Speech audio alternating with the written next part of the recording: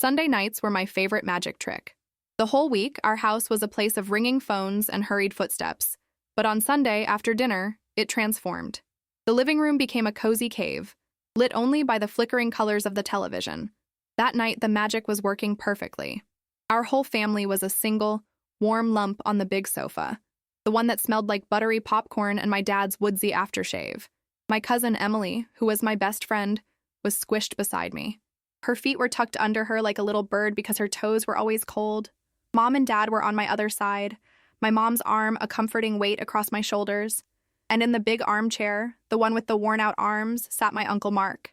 He always called it his throne, but he said it with a wink, so you knew he was just playing. We were watching a movie about a dog named Sparky who could talk, and I was laughing so hard that kernels of popcorn kept jumping out of the big yellow bowl I was balancing on my lap. Sparky was complaining to his owner, a boy about my age, that he'd lost his favorite squeaky frog toy down a storm drain. He was talking in a deep, sad voice that was supposed to be funny, but I felt a little bad for him.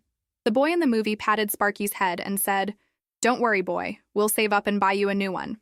We just have to be careful with our money for a little while." A little light went on in my head. It was one of those thoughts that feels fizzy and important, like a secret you have to share right away. The boy's words sounded exactly like a conversation I wasn't supposed to have heard. Just last night, I'd woken up thirsty and tiptoed to the kitchen. The light was off, but I saw shadows moving and heard my parents whispering. They were using their serious nighttime voices, the ones that meant I should be in bed. I heard my dad say Uncle Mark's name, then something about his company and letting people go. My mom had replied with the words "hard times," her voice tight and worried. I didn't understand all of it, but I understood the feeling. It was like when I lost my favorite drawing and Mom said we couldn't buy a new set of special markers right away. It was a problem, but a problem with a solution. The solution, just like the boy in the movie said, was to be careful. I looked over at my uncle on his throne. Everyone else was smiling at the screen, but he wasn't. He was just staring, his face still and empty, like a picture with the color washed out. My heart felt a little pang for him. He was outside the magic circle. I wanted to pull him back in.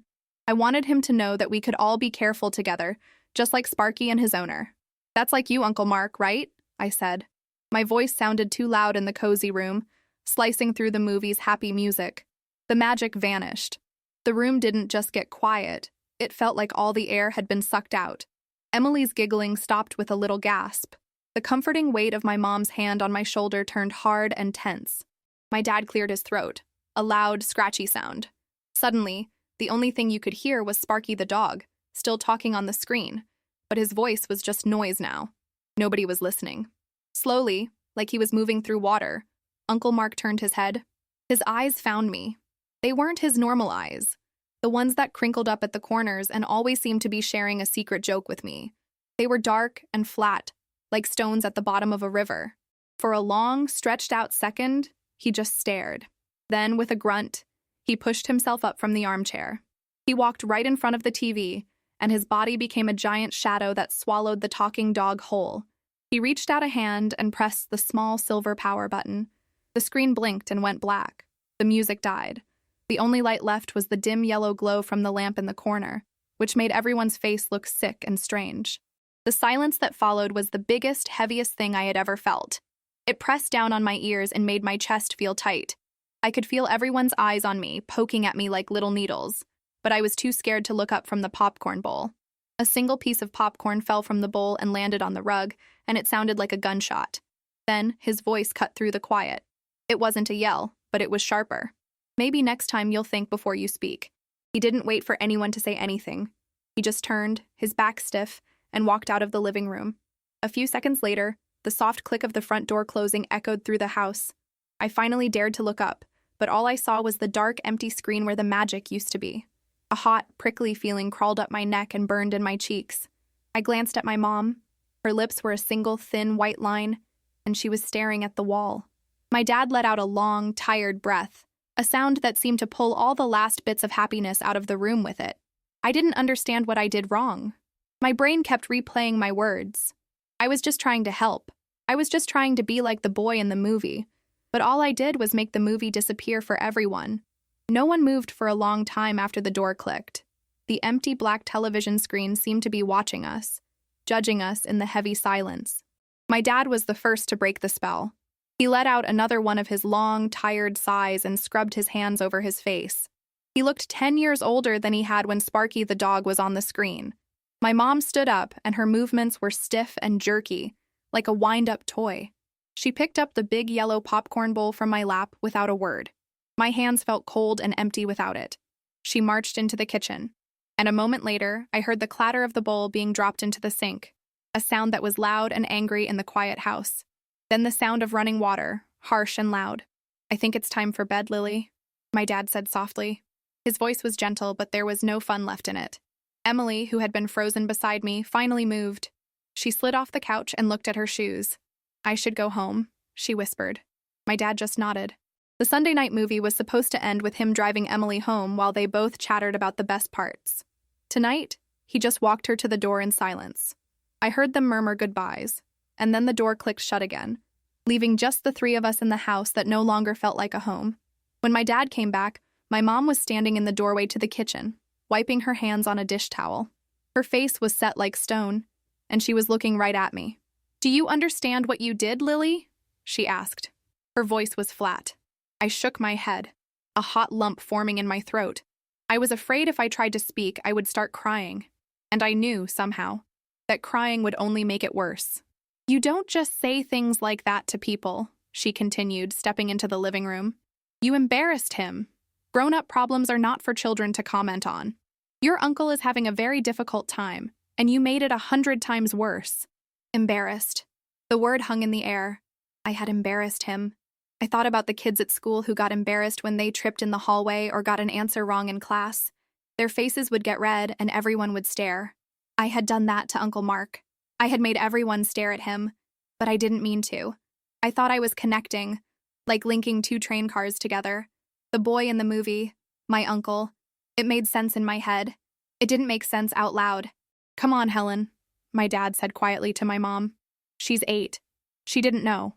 "Well, she should," my mom snapped back, her eyes still locked on me. "It's time she learned. The world isn't a cartoon movie." She turned and went back into the kitchen, and the angry water started running again. My dad knelt in front of me. He put his hands on my knees, and his face was sad. "Your mom's just upset, honey. It's been a stressful time. What you said, it was just the wrong thing to say at the wrong time." "But why?" I finally whispered, the word scratching my throat. "I was trying to be nice." "I know you were," he said, and his voice was so tired. "But some things are private. Like, when your uncle lost his job, it made him feel very sad and maybe a little ashamed. It's his private sadness. When you said it out loud in front of everyone, it was like you pulled a blanket off him when he was trying to hide. Does that make any sense?" I sort of understood. It was like when I was trying to get dressed and my door flew open. I felt exposed and wanted to hide. I had made my uncle feel that way, in front of everybody. The shame I felt for him started to mix with my own, and it churned in my stomach like sour milk. Dad walked me upstairs to my room. He tucked me into bed, the way he always did, but tonight it felt different. The blankets felt heavy, not comforting. He kissed my forehead, but his mind seemed far away. "Try to get some sleep, sweetie," he said before turning off my light. But I couldn't sleep. I lay in the dark, staring at the ceiling, the silence of my room just as loud as the silence in the living room had been. Uncle Mark's words echoed in my head, playing over and over again. "Maybe next time you'll think before you speak. Think before you speak." Before tonight, my thoughts and my words were the same thing. A thought would pop into my head, and it would come out of my mouth. It was as natural as breathing. But now I understood there was supposed to be a step in between. A pause. A moment where I had to stop and look at the thought, inspect it, and decide if it was safe to let out. My mind, which had always felt like a sunny, open field, now seemed like it was full of traps. What if I said the wrong thing again? What if I embarrassed someone else? What if I made my mom look at me with that stone face or made my dad's voice fill with sand? The thought was terrifying. I pulled the covers up to my chin as if I could hide from my own brain. For the first time in my life, I was afraid of the things inside my own head. The next morning, the house was a different country with a language I didn't know. The usual Monday morning chaos of my dad hunting for his keys and my mom calling out spelling words for my weekly test was gone. It was replaced by a thick, syrupy quiet. When I came downstairs for breakfast, my mom placed a bowl of cereal in front of me without meeting my eyes. The clink of the spoon against the ceramic was like a shout in the silence. I ate my Cheerios one by one, carefully, making sure not to slurp the milk. Every small noise felt like a crime. My dad was staring into his coffee cup like it held the answers to the universe. He asked me if I had my backpack, and the question sounded rehearsed, like he was an actor in a play. I just nodded, my voice trapped somewhere in my chest. I wanted to tell him about the weird dream I had where Sparky the talking dog was my principal, but the words got stuck behind the new wall in my mind. The wall was built out of my uncle's sharp words and my mom's stony face. Think before you speak. I looked at the thought about my dream, inspected it for danger, and decided it was too silly, too unimportant. I pushed it back down and kept quiet. The car ride to school was just as silent. I watched the houses and trees blur past my window, feeling like I was in a bubble, separate from the world. Usually, my dad would play a silly song on the radio, and we'd sing along, terribly off-key. But today, there was no music. At school, the feeling of being a visitor in my own life continued. During circle time, my teacher, Mrs. Davis, asked if anyone had done something fun over the weekend. A few weeks ago, I would have been the first one with my hand in the air, bursting to talk about the movie night. Today, I kept my hands folded in my lap. I felt Emily's eyes on me from across the circle. She knew something was wrong. I gave her a tiny, weak smile that felt like it might crack my face. When it was my turn, I just shook my head and mumbled, "Nothing." The lie tasted like chalk in my mouth. During recess, Emily found me by the swing set. I was just standing there, watching the other kids run and scream, their voices a happy noise that felt a million miles away. "Are you okay, Lily?" she asked, her brow wrinkled with worry. "My mom said your uncle was just being grumpy." I shrugged, kicking at a loose piece of gravel with the toe of my sneaker. I wanted to tell her everything. I wanted to tell her how the silence in my house felt so heavy, how my mom's eyes were like two closed doors, and how a new scared part of my brain was now in charge of everything I said. But the words were a tangled mess in my head, and I was afraid of which ones might fall out. What if I said the wrong thing to Emily, too? What if I made her feel bad? "I'm just tired," I said instead. Emily looked disappointed, but she didn't push. We swung for a little while, the chains creaking back and forth, back and forth. It was the first time we had ever been together without talking. It felt awful. That evening, the silence was back for dinner. It sat at the table with us like an unwanted guest. My mom had made spaghetti, my favorite, but every bite felt hard to swallow. After dinner, while I was supposed to be doing my homework at the kitchen table, I heard my dad on the phone in the other room. His voice was low, but I could hear snippets of the conversation. "I know, Helen, but she's just a kid." No, of course it was bad timing. "I'll talk to Mark when he's ready to listen." He's not answering my calls either. He was talking to my mom, about me, about Uncle Mark. A fresh wave of shame washed over me. My uncle wasn't just mad at me, he was mad at my dad too. He wasn't answering his own brother's calls. It was all my fault. I had broken something in our family, like dropping a glass plate and watching it shatter. I didn't know if it could ever be put back together. Later that night, tucked in my bed, I thought about the girl I was on Saturday. That girl's thoughts flew out of her mouth like butterflies. They were colorful and free, and she never once worried if they were the right or wrong kind of butterflies. I missed her. I didn't know how to get her back. The new me, the quiet girl who lived behind the wall, was a stranger. I wrapped my arms around my pillow and pressed my face into it, wishing I could rewind time, go back to the moment before I spoke, and just stay quiet. Just eat my popcorn and watch the talking dog, and let the magic of Sunday night last forever. A week passed, but it felt like a year. The silence in our house didn't get better. It just got heavier, sinking into the carpets and the curtains. I learned to move through it like a ghost. I did my homework without being asked. I set the table for dinner without a word. I became an expert in being invisible. My mom started talking to me again, but her voice was different. It was polite. She'd ask, "Would you like more juice?" Or, "Did you finish your math worksheet?" But she never asked what I was thinking. It was like she was afraid of what might be inside my head now. My dad tried. He tried to start a conversation in the car, asking about school, but my answers were short and safe. It was fine. We learned about fractions. I'd watch his face in the rearview mirror, watch the hope in his eyes flicker and fade with each one-word answer. I was starving to talk to him, to tell him that my friend Sarah had a new puppy or that I got a gold star on my spelling test, but the fear was always there, standing guard at the exit. Think before you speak. The words were branded onto my brain. I hated the quiet. It was a monster that was eating my family from the inside out. and I had let it in. I knew, with a certainty that made my stomach ache, that I had to be the one to make it leave. But how? Speaking had caused the problem. Maybe speaking couldn't be the solution. The idea came to me during art class. We were making "I'm sorry" cards for a lesson on friendship. Mrs. Davis said that sometimes, when words are too hard to say, you can write them down. Writing them made them real, but it also gave you a chance to get them just right. You could erase them. You could start over. You didn't have to watch the other person's face while they heard them for the first time. That night, after my parents thought I was asleep, I crept out of bed and sat at my little desk. I pulled out a piece of my best construction paper, the light blue kind that looked like the sky on a happy day. I took out my favorite glitter pen. I was going to write a letter to Uncle Mark. The first try was a disaster. "Dear Uncle Mark," I wrote. "I am sorry that I said you were like the boy in the movie because you don't have a job." I stared at the words. The word "job" looked ugly and mean on the page. It felt like I was poking the bruise again. I crumpled it up. The second try wasn't much better. "Dear Uncle Mark, I am sorry I embarrassed you." The word "embarrassed" was my mom's word. It didn't feel like mine. It felt like I was telling on myself. I crumpled that one up too. I sat there for a long time just looking at the new, clean sheet of paper. What did I really want to say? I closed my eyes and thought about Sunday night. Not the bad part, but the part before. The warm sofa, the smell of popcorn, his wink when he called his chair a throne. I missed him. That was it. That was the truest thing. My pen started moving again, the glittery ink sparkling in the light from my desk lamp. "Dear Uncle Mark," I wrote. "I am sorry I made the movie stop. The house is too quiet now. I miss hearing you laugh. The talking dog movie was funny. I hope you are okay. I am sorry I made you sad. I will try to think before I talk. I am still learning how. Love, Lily."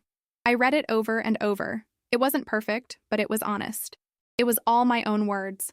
I folded it carefully and wrote, "For Uncle Mark," on the front in my best handwriting. The next morning, my hands were sweating as I walked downstairs, clutching the small blue envelope. My dad was in the kitchen, pouring his coffee. My mom was already gone to work. It was now or never. I held it out to him. "Dad, can you give this to Uncle Mark?" He put his coffee mug down and took the letter from my hand. He looked at the name on the front and then back at me. For the first time all week, his eyes weren't just sad. There was something else in them. Something warm. "Yeah, sweetie," he said, his voice a little thick. "Yeah, I can do that." He didn't ask what was in it. He just gently tucked it into the inside pocket of his coat. "I have to drive by his apartment for work today. I'll put it in his mailbox." All day at school, I couldn't focus. I kept imagining the letter, a little piece of my heart, sitting in a cold, dark mailbox. What if he threw it away without reading it? What if he read it and was still angry? The silence I had been living in all week was nothing compared to this new kind of quiet, the quiet of waiting. It was filled with a million terrifying possibilities. Driving home, my dad didn't mention the letter, and I was too scared to ask.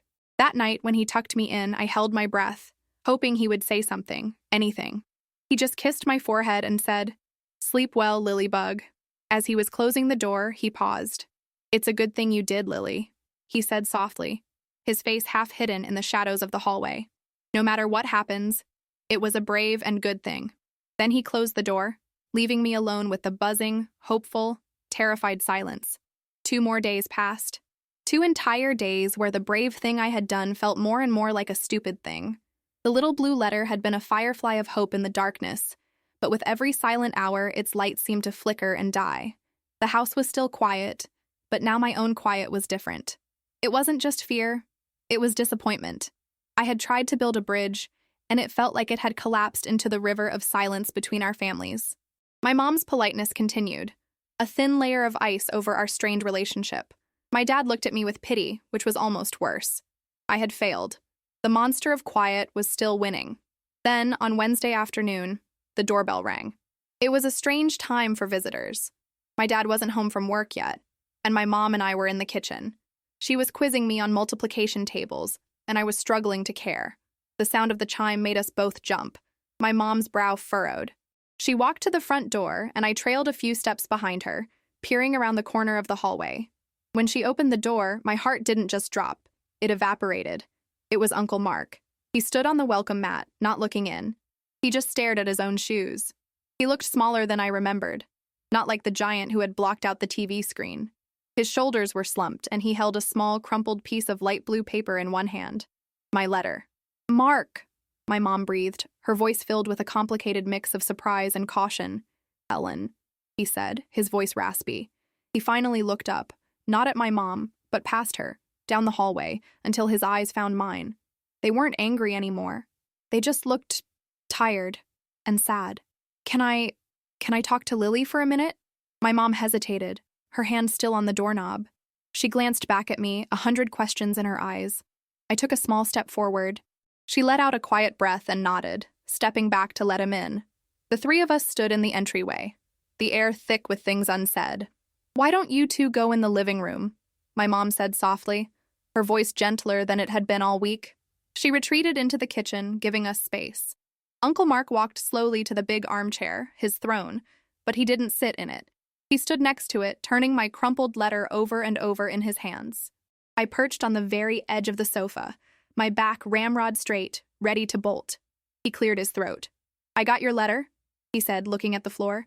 "My brother left it for me. I read it about 50 times.